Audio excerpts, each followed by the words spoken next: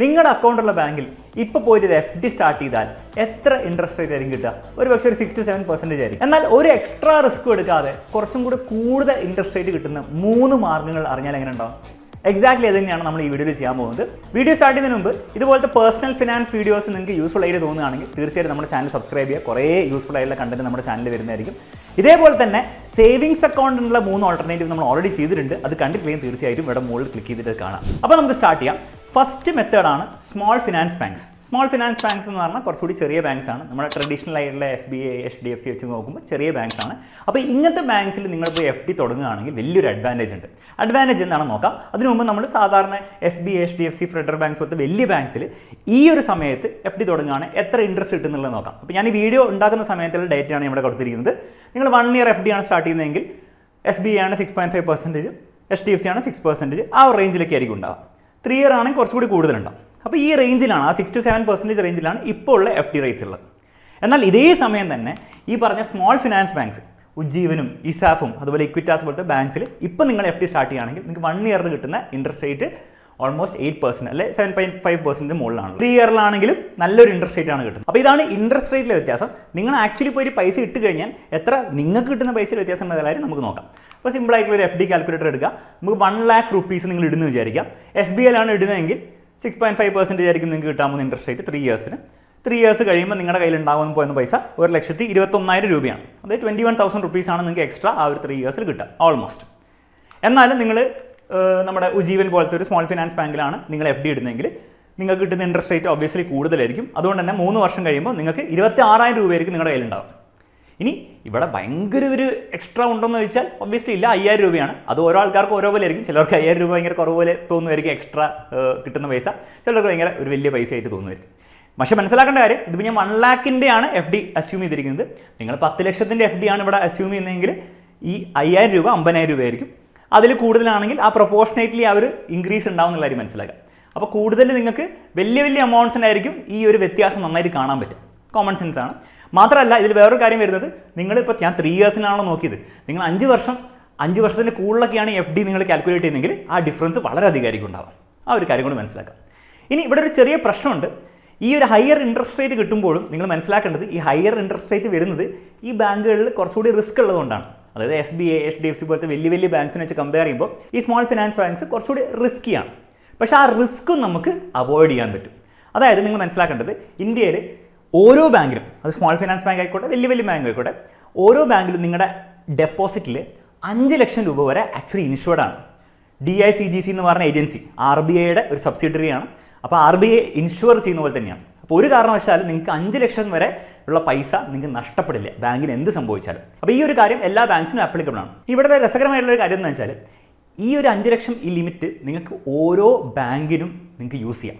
അതായത് for example നിങ്ങൾക്ക് ഉജ്ജീവനിൽ ഒരു അക്കൗണ്ട് സ്റ്റാർട്ട് ചെയ്തിട്ട് അവിടെ 5 ലക്ഷം രൂപ ഇടാം. അത് 100% ഇൻഷുർഡ് ആണ്. അത് 100% സേഫാണ്. ഇസാഫിലും 5 ലക്ഷത്തിൻ്റെ ഒരു FD ഇടാം. അതുപോലെ ഇക്വിറ്റാസിലും ഇടാം. അങ്ങനെ ഓരോ ബാങ്കിലും നിങ്ങൾക്ക് ആ 5 ലക്ഷം വരെ ഇൻഷുറൻസ് കിട്ടും. അപ്പോൾ ഒബ്വിയസ്ലി നിങ്ങൾക്ക് വലിയ എമൗണ്ടാണ് കയ്യിലുള്ളത്. നിങ്ങൾക്ക് ആ സ്പ്ലിറ്റ് ചെയ്തിട്ട് കഴിഞ്ഞാൽ 100% സേഫ് ആയിട്ട് നിങ്ങൾക്ക് ഇടുകയും ചെയ്യാം. മാത്രമല്ല കൂടുതൽ ഇൻട്രസ്റ്റ് റേറ്റ് കിട്ടും. ഇപ്പോൾ നിങ്ങൾ ആലോചിക്കുന്നുണ്ടാവും, ഈ ബാങ്കുകളിലൊക്കെ ആക്ച്വലി പോയി ഈ ചെറിയ 1 ലക്ഷത്തിനും 2 ലക്ഷത്തിനൊക്കെ FD തുടങ്ങുന്ന അത്രത്തോളം പ്രാക്ടിക്കലാണോ എന്ന് ആലോചിക്കുന്നുണ്ടെങ്കിൽ, ഇവിടെ ഒരു ഏറ്റവും വലിയ അഡ്വാൻറ്റേജ് വരുന്നത്, നിങ്ങൾക്ക് ആക്ച്വലി ബാങ്കിലൊന്നും പോകേണ്ട ആവശ്യമില്ല. ഈ ബാങ്കിൻ്റെ അക്കൗണ്ടൊക്കെ നിങ്ങൾക്ക് ഓൺലൈൻ സ്റ്റാർട്ട് ചെയ്യാവുന്നതാണ്. അത് വെബ് വഴിയും അവരുടെ ആപ്പ് വഴിയൊക്കെ നിങ്ങൾക്ക് സ്റ്റാർട്ട് ചെയ്യാം. ഈസി ആയിട്ട് ബാങ്ക് അക്കൗണ്ടും അതുപോലെ തന്നെ അതിൽ FDയും നിങ്ങൾക്ക് ഓൺലൈൻ സ്റ്റാർട്ട് ചെയ്യാവുന്നതാണ്. അപ്പോൾ ഇതാണ് ഫസ്റ്റ് മെത്തേഡ്. രണ്ടാമത്തെ മെത്തേഡിലേക്ക് പോകുന്നതിന് മുമ്പ് ഒരു കാര്യം ഓർമ്മിക്കുകയാണ്, ഈ ഒരു 5 ലക്ഷം ഇൻഷുറൻസ് കിട്ടുന്നത് ആക്ച്വൽ ബാങ്കുകൾക്ക് മാത്രമാണ്. ഇതുകൂടാതെ നിങ്ങൾക്കറിയാം ബജാജ് ഫിനാൻസ്, ശ്രീരാം ഫിനാൻസ്, അതുപോലത്തെ NBFCs, ഒരു ടെക്നിക്കലി ബാങ്ക്സ് അല്ല, നോൺ ബാങ്കിങ് ഫിനാൻഷ്യൽ കമ്പനീസ് ആണ്. അവരും ഇതുപോലത്തെ FDs ഓഫർ ചെയ്യുന്നുണ്ട്. 8.5, 9%, 9.5% വരെ പോകുന്ന വലിയ വലിയ ഇൻട്രസ്റ്റ് റേറ്റ് കിട്ടുന്ന FDs ഒക്കെ ഉണ്ട്. പക്ഷേ അതൊന്നും ഈ 5 ലക്ഷം രൂപ ഇൻഷുറൻസ് RBI കൊടുക്കുന്നില്ല. അപ്പോൾ അവിടെ നിങ്ങളൊന്ന് ശ്രദ്ധിക്കണം. അപ്പോൾ ആക്ച്വൽ ബാങ്ക്സിന് മാത്രമേ ഉള്ളൂ. സ്മോൾ ഫിനാൻസ് ബാങ്ക്സ് ആയതുകൊണ്ട് ഈ ഇൻഷുറൻസ് കിട്ടുന്നതായിരിക്കും. രണ്ടാമത്തെ മെത്തേഡാണ് പോസ്റ്റ് ഓഫീസ് ഡെപ്പോസിറ്റ്സ്. അപ്പോൾ പലർക്കും ഈ ഒരു കാര്യം അറിയില്ല. അതായത് നിങ്ങൾക്ക് പോസ്റ്റ് ഓഫീസ്, നിങ്ങൾ അടുത്തുള്ള പോസ്റ്റ് ഓഫീസിൽ പോയിട്ട് ഒരു FD അക്കൗണ്ട് സ്റ്റാർട്ട് ചെയ്യാം. അതിന് സാധാരണ ബാങ്കിലെ FDനേക്കാളും കൂടുതൽ ഇൻട്രസ്റ്റ് റേറ്റ് കിട്ടും without any extra risk. In fact സാധാരണ ബാങ്കുകളെക്കാളും കൂടുതൽ സേഫാണ് പോസ്റ്റ് ഓഫീസ് ഡെപ്പോസിറ്റ്. എന്തുകൊണ്ടാണെന്ന കാര്യം ഞാൻ പറഞ്ഞുതരാം. അതിന് മുമ്പ് നമുക്ക് ഇൻട്രസ്റ്റ് റേറ്റ് ഒന്ന് കമ്പയർ ചെയ്ത് നോക്കാം. അപ്പോൾ SBIയുടെ ഇൻട്രസ്റ്റ് റേറ്റാണ് ഞാൻ എടുത്തിരിക്കുന്നത്. അതേസമയം പോസ്റ്റ് ഓഫീസിൽ നിങ്ങൾ നാഷണൽ സേവിങ്സ് സ്കീം, അതായത് അവരുടെ FDയുടെ ഇക്വലൻ്റ് ആയിട്ടുള്ള സാധനം, അത് നിങ്ങൾ എടുത്തു കഴിഞ്ഞാൽ എത്ര ഇൻട്രസ്റ്റ് റേറ്റ് കിട്ടുന്നുള്ള കാര്യം കൊടുക്കുന്നു. അപ്പോൾ ക്ലിയർലി 1 yearന് കൂടുതലാണ്. 3 ഇയറിനും കൂടുതലാണ്, അതുപോലെ 5 ഇയറിന് വളരെയധികം കൂടുതലാണ്. SBIയിലൊക്കെ 3 ഇയറിൽ മാക്സിമം അടിച്ചിട്ട് പിന്നെ അത് കുറയുകയാണ് ചെയ്യുക. പക്ഷേ പോസ്റ്റ് ഓഫീസിൽ ആക്ച്വലി കൂടിക്കൊണ്ടിരിക്കുകയാണ് ചെയ്യുക. അപ്പോൾ നിങ്ങൾ 5 ഇയറിനൊക്കെ ചെയ്യുന്നതെങ്കിൽ നല്ലൊരു വ്യത്യാസം നിങ്ങൾക്ക് അവിടെ കാണാൻ സാധിക്കും. ഇനി ഇത് നാഷണൽ സേവിങ്സ് സ്കീം എന്ന് പറഞ്ഞ ഒരു ഫീച്ചറാണ്. ഇതുകൂടാതെ നിങ്ങൾ പോസ്റ്റ് ഓഫീസിൽ പോയി കഴിഞ്ഞാൽ വേറൊരു ടൈപ്പ് FD ഉണ്ട്. അതിൻ്റെ പേരാണ് നാഷണൽ സേവിങ്സ് സർട്ടിഫിക്കറ്റ്. അത് 1 ഇയറും 3 ഇയറും ഒന്നുമില്ല, 5 ഇയറിലേക്ക് മാത്രമേ ഉള്ളൂ. പക്ഷേ 5 ഇയറിലേക്ക് നിന്ന് കിട്ടുന്ന ഇൻട്രസ്റ്റ് റേറ്റ് ഇപ്പം നമ്മൾ നോക്കുകയാണെങ്കിൽ 7.7% ആണ്. അതായത് എല്ലാ ബാങ്കുകളും, നിങ്ങൾ ഏത് ബാങ്ക് നോക്കിയാലും അതിനേക്കാളും വളരെയധികം കൂടുതലാണ്. സ്മോൾ ഫിനാൻസ് ബാങ്ക്സ് വേണേൽ കൂടിയിട്ടില്ല, മേജർ ബാങ്ക്സിനെ വെച്ച് നോക്കുമ്പോൾ അതിനേക്കാളും വളരെ കൂടുതലാണ്. അപ്പോൾ ഇതിൽ നിങ്ങൾക്ക് ഏത് വേണം എടുക്കാം, ഈ ഒരു ടൈപ്പ് ഡെപ്പോസിറ്റ് എടുക്കാം, ഈ ടൈപ്പ് ഡെപ്പോസിറ്റ് എടുക്കാം. ഇൻട്രസ്റ്റ് റേറ്റ് കൂടുതലായി ഇതിനായതുകൊണ്ട് നമുക്ക് ഇതിനെപ്പറ്റി ചർച്ച ചെയ്യാം. പക്ഷേ ഇതിലുള്ള ഒരു കാര്യം എന്താണെന്ന് വെച്ചാൽ നിങ്ങൾക്ക് ശ്രദ്ധിക്കേണ്ടത് first lock in of 5 years. അത് 5 ഇയേഴ്സ് നിങ്ങൾ ലോക്ക് ഇൻ ചെയ്യണം. അപ്പോൾ നിങ്ങൾക്ക് 5 ഇയേഴ്സിലേക്ക് ആവശ്യമില്ലാത്ത പൈസ എന്നാൽ ഗ്രോ ചെയ്യേണ്ട പൈസ ആണ് നിങ്ങൾ ഇവിടെ കൊണ്ടിടേണ്ടത്. ഒരു കാര്യം. രണ്ടാമത്തെ കാര്യം എന്ന് വെച്ചാൽ ഇവിടെ സോവറിൻ ഗ്യാരണ്ടിയാണ്. സോവറിൻ എന്ന് പറഞ്ഞാൽ ഗവൺമെൻറ് ഗ്യാരണ്ടിയാണ്. അതായത് നിങ്ങൾ എത്ര പൈസ ഇട്ടാലും ആ പൈസ ഒരിക്കലും നിങ്ങൾ നഷ്ടപ്പെടാൻ പോകുന്നില്ല. അതായത് ഇന്ത്യ എന്ന് പറഞ്ഞ കൺട്രി മൊത്തത്തിൽ ഫെയിലിയർ ആയി പോയാൽ മാത്രമേ നിങ്ങളുടെ പൈസ നഷ്ടപ്പെട്ടുള്ളൂ. It is not going to happen.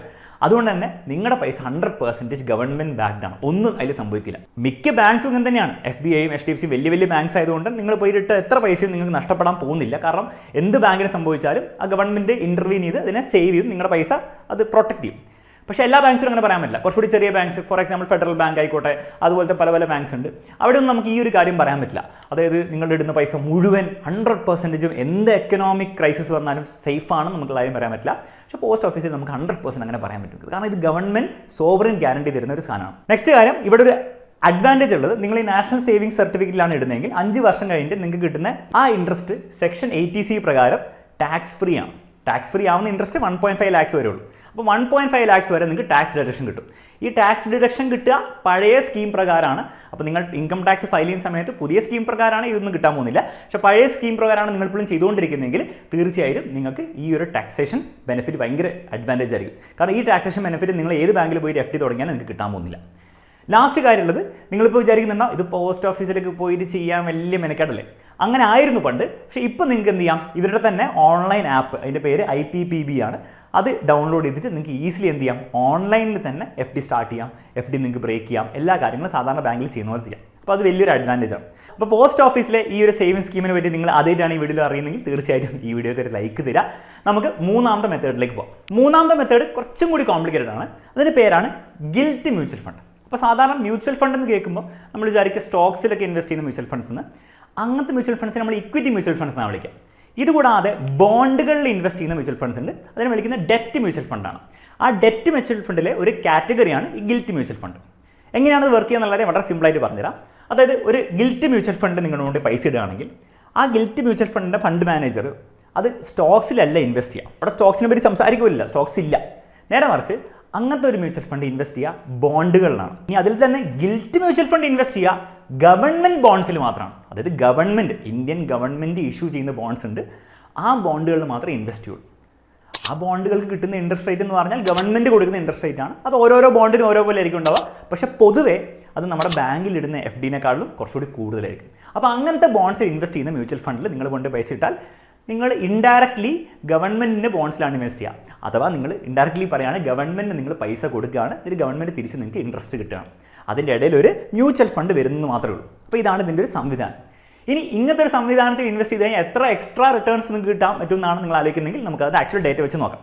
അപ്പോൾ നമ്മളിവിടെ SBIയിൽ ഇപ്പോൾ നിങ്ങളൊരു ബാങ്കിൽ FD ഇട്ട് കഴിഞ്ഞാൽ 1 ഇയർ, 3 ഇയർ, 5 ഇയർ, 10 ഇയറിൻ്റെ ഒക്കെ ഇൻട്രസ്റ്റ് റേറ്റ് കൊടുത്തിട്ടുണ്ട്. അതേസമയം SBI മാഗ്നം ഗിൽറ്റ് ഫണ്ട്, അതായത് SBI എന്ന് പറഞ്ഞ മ്യൂച്വൽ ഫണ്ടിൻ്റെ ഒരു മാഗ്നം ഗിൽറ്റ് ഫണ്ട് ഉണ്ട്. അതിൽ നിങ്ങൾ ഇൻവെസ്റ്റ് ചെയ്താൽ ഹിസ്റ്റോറിക്കലി 1 ഇയർ, 3 ഇയർ, 5 ഇയേഴ്സ്, 10 ഇയേഴ്സിൽ എത്ര റിട്ടേൺസ് കിട്ടി എന്നുള്ള ഡേറ്റയാണ് കൊടുത്തിരിക്കുന്നത്. ഇവിടെ ശ്രദ്ധിക്കേണ്ട കാര്യം, ഈ രണ്ട് ഡേറ്റയും തമ്മിൽ ചെറിയൊരു വ്യത്യാസമുണ്ട്.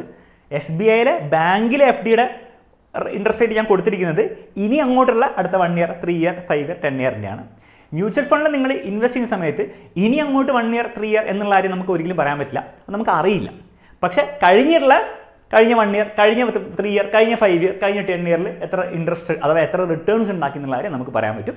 അതിൻ്റെ ഡേറ്റയാണ് ഞാൻ കൊടുത്തിരിക്കുന്നത്. അപ്പോൾ അങ്ങനെയാണ് നമുക്ക് ഡേറ്റ നോക്കുമ്പോൾ SBIയിലെ 1 ഇയർ FDയുടെ ഇൻട്രസ്റ്റ് റേറ്റ് 6.5% ആണ്. എന്നാൽ ഈ ഗിൽറ്റ് മ്യൂച്വൽ ഫണ്ട് കഴിഞ്ഞ ഒരു വർഷത്തിൽ നിന്ന് റിട്ടേൺസ് 12%-ൻ്റെ മുകളിലാണ്.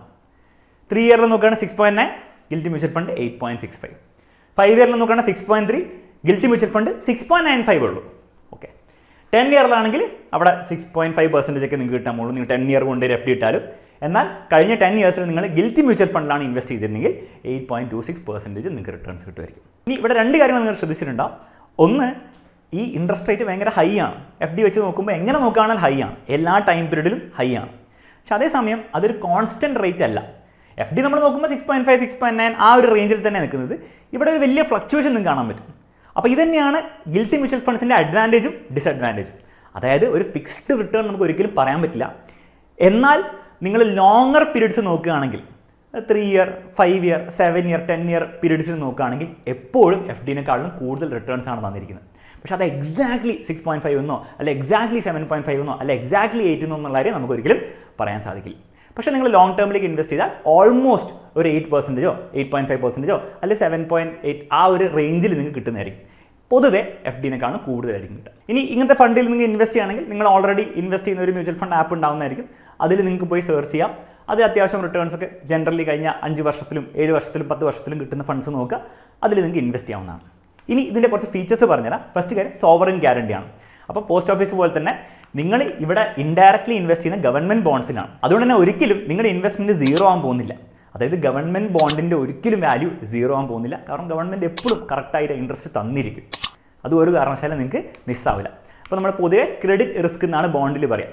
നിങ്ങളൊരു കമ്പനീൻ്റെ ബോണ്ടിലാണ് പോയി ഇൻവെസ്റ്റ് ചെയ്യുന്നത്, അല്ല അങ്ങനത്തെ മ്യൂച്വൽ ഫണ്ടിലാണ് ഇൻവെസ്റ്റ് ചെയ്യുന്നതെങ്കിൽ ചിലപ്പോൾ ചില ബോണ്ടുകളൊക്കെ എന്താണ് ഡിഫോൾട്ട് ചെയ്യും. ഡിഫോൾട്ട് ചെയ്യാന്ന് പറഞ്ഞാൽ ആ കമ്പനി ഇൻട്രസ്റ്റ് കൊടുക്കില്ല, ചിലപ്പോൾ പ്രിൻസിപ്പിൾ മുതലടക്കം ചിലപ്പോൾ കൊടുക്കാതെ വരാം. പക്ഷേ ഇവിടെ അത് ഒരിക്കലും വരാൻ പോകുന്നില്ല. അപ്പോൾ ക്രെഡിറ്റ് റിസ്ക് സീറോ ആണ്. കാരണം ഗവൺമെൻറ് ആണ് ബോണ്ട് ഇഷ്യൂ ചെയ്യുന്നത്. അപ്പോൾ അങ്ങനെ ഒരു ഗ്യാരണ്ടി ഉണ്ട്. മിക്ക ബാങ്കുകൾക്കും ആ ഗ്യാരണ്ടി ഉണ്ടാവില്ല. രണ്ടാമത് ശ്രദ്ധിക്കേണ്ട കാര്യം, നിങ്ങൾ ഗിൽറ്റി മ്യൂച്വൽ ഫണ്ടിൽ ഇൻവെസ്റ്റ് ചെയ്യുന്നെങ്കിൽ നിങ്ങൾ ലോങ് ടേമിലേക്ക് ഇൻവെസ്റ്റ് ചെയ്യാൻ പാടുള്ളൂ. അറ്റ്ലീസ്റ്റ് നിങ്ങളൊരു 7+ ഇയേഴ്സ് മനസ്സിൽ കാണണം. അല്ലാണ്ട് നിങ്ങൾ ഇൻവെസ്റ്റ് ചെയ്ത് കഴിഞ്ഞാൽ ഈ പറഞ്ഞ എക്സ്ട്രാ റിട്ടേൺസ് ഒരിക്കലും നിങ്ങൾക്ക് കിട്ടാൻ പോകുന്നില്ല. നിങ്ങൾ അടുത്ത 2 വർഷത്തേക്ക് അല്ലെങ്കിൽ 3 വർഷത്തേക്ക് മാത്രമാണ് ഈ ഗിൽറ്റി മ്യൂച്വൽ ഫണ്ട് ഇൻവെസ്റ്റ് ചെയ്യാൻ പ്ലാനെങ്കിൽ നമുക്ക് FDനേക്കാളും കൂടുതൽ റിട്ടേൺ കിട്ടുമെന്നുള്ള ഒരിക്കലും നമുക്ക് പറയാൻ പറ്റില്ല. മിക്ക സമയത്ത് ചിലപ്പോൾ FDനേക്കാളും കുറവ് റിട്ടേൺസ് ആയിരിക്കും കിട്ടുക. കുറച്ചുകൂടി കറക്റ്റായിട്ട് പറയുകയാണെങ്കിൽ റിട്ടേൺസ് ഷോർട്ട് ടേമിൽ വളരെ വോളട്ടൈൽ ആയിരിക്കും. ചിലപ്പോൾ അടുത്ത 3 വർഷത്തിൽ നിങ്ങൾക്ക് 8% ആയിരിക്കും കിട്ടുക. പക്ഷേ ചിലപ്പം 5.5% കിട്ടുന്നുണ്ടാവുള്ളൂ. അപ്പോൾ നമുക്ക് എക്സാക്ട്ലി പറയാൻ പറ്റില്ല. 7 വർഷത്തിലും മുകളിൽ നമ്മൾ എക്സാക്ട്ലി പറയാൻ പറ്റില്ല. പക്ഷേ 7 വർഷത്തിന് മുകളിൽ നമ്മൾ ഹിസ്റ്റോറിക്കലി നോക്കുകയാണെങ്കിൽ FDനേക്കാളും നല്ല അധികം റിട്ടേൺസ് ഉണ്ടാക്കിയിട്ടുണ്ട്. നിങ്ങൾക്ക് എന്നെ പോയി ഡേറ്റ നോക്കാവുന്നതാണ്. നെക്സ്റ്റ് കാര്യം ഇവിടെ പെനാൽറ്റി. അതായത് സാധാരണ നിങ്ങൾ FD കൊണ്ട് ബാങ്കിൽ ഇടുകയാണെങ്കിൽ നിങ്ങൾ ഏർലി വിഡ്രോവൽ ചെയ്താൽ 3 വർഷത്തേക്ക് ഇട്ട് 1 വർഷത്തിന് നിങ്ങൾ വിഡ്രോ ചെയ്താൽ നിങ്ങൾക്കൊരു പെനാൽറ്റി ഉണ്ടാവും.